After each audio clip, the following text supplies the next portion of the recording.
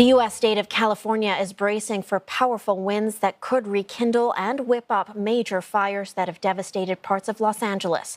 Firefighters have been battling the blazes for more than a week now, but the return of strong gusts is threatening to undo days of progress to contain the disaster.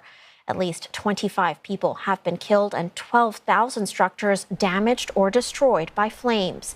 Reports say at least one new fire fueled by high winds has erupted in Riverside County, around 100 kilometers from Los Angeles, prompting fresh evacuation orders. The U.S. National Weather Service issued highest-level red flag warnings in some parts of Southern California. The alert means they are bracing for dangerously strong wind gusts that would create conditions ripe for the spread of wildfire. Thousands of residents' power lines have been shut down to prevent any new sparks. Officials have assured residents that the firefighting department is better prepared to handle any flare-ups, but cautioned that the danger has not passed. Life-threatening and destructive and widespread winds are already here. For this significant wind event, we are taking an aggressive lean-forward posture, and the LAFD has staffed all available resources, strategically placing fire patrols and engines in the unimpacted high fire risk areas in the city. A daunting cleanup awaits those who were forced to flee, with some homes scorched to the ground. U.S. President Joe Biden said rebuilding and recovery efforts will cost tens of billions of dollars. House Speaker Mike Johnson said he believes President-elect Donald Trump plans to visit the affected areas, but did not provide any details. The California wildfire crisis has extended far beyond human lives and homes. The blazes are also displacing pets and wildlife, putting them at risk. Los Angeles, home to a diverse and vibrant ecosystem, now finds its wildlife habitats under threat.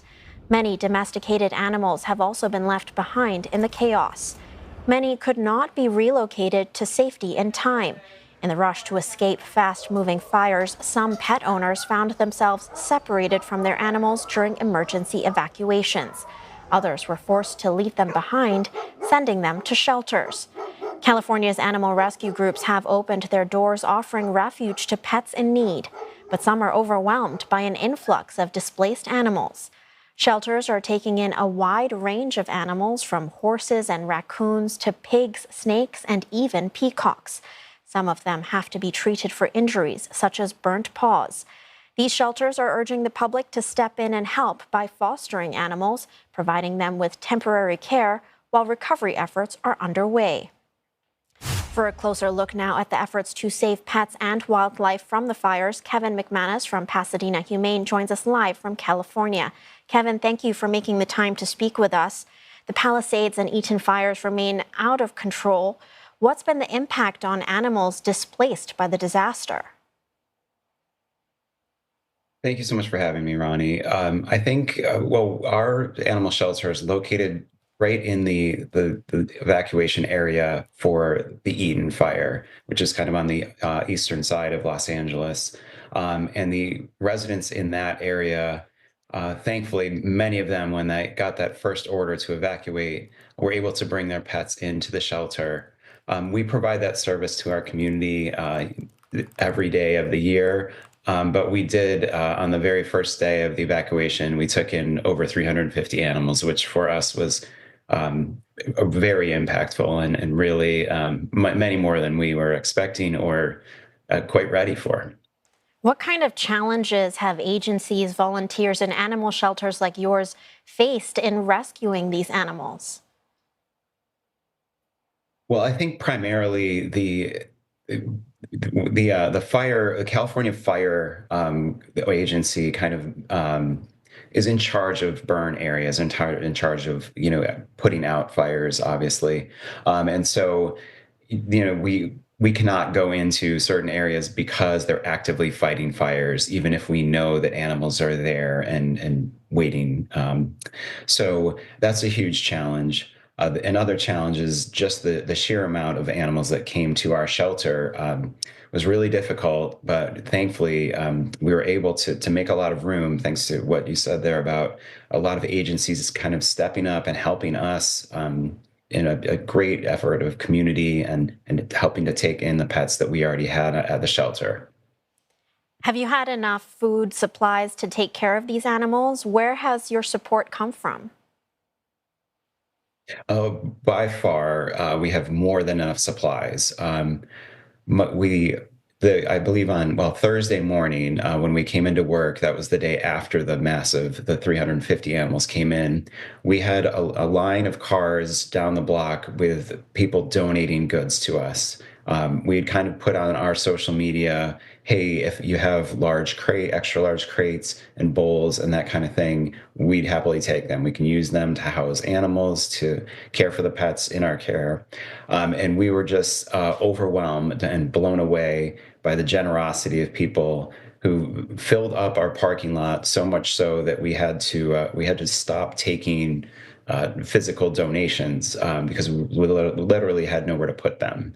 So that's a good problem for us to have because we're going to be caring for these animals for a very long time. We're making sure that we can keep the animals that people have brought to us, their family members that they've brought to us, with them as long as possible.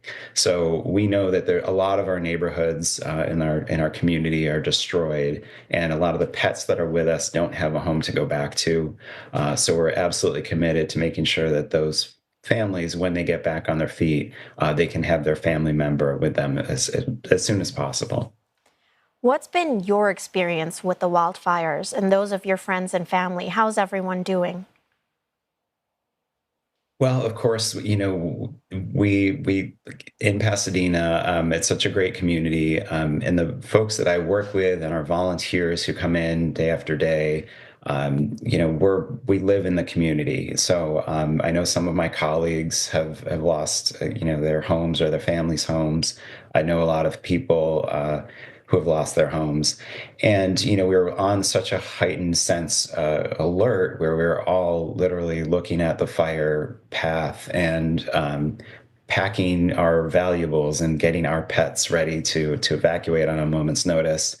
That now it's a week later.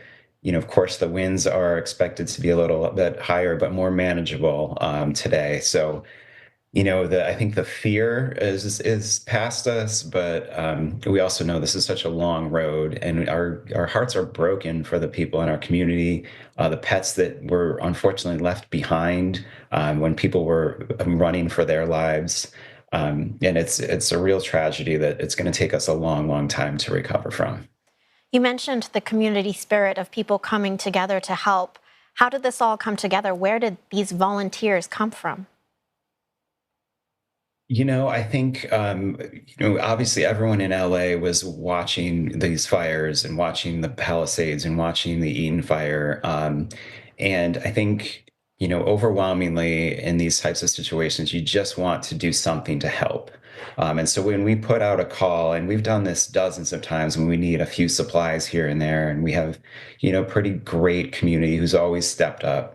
And if we need foster homes for dogs, if we've needed blankets and towels, we always get that more than we could ask for.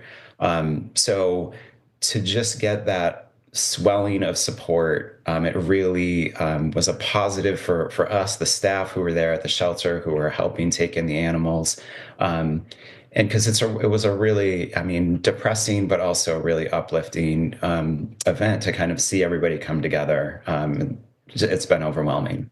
Thank you for sharing your experience with us, Kevin. I really hope that you continue to stay safe. We were speaking to Kevin McManus from Pasadena Humane in California.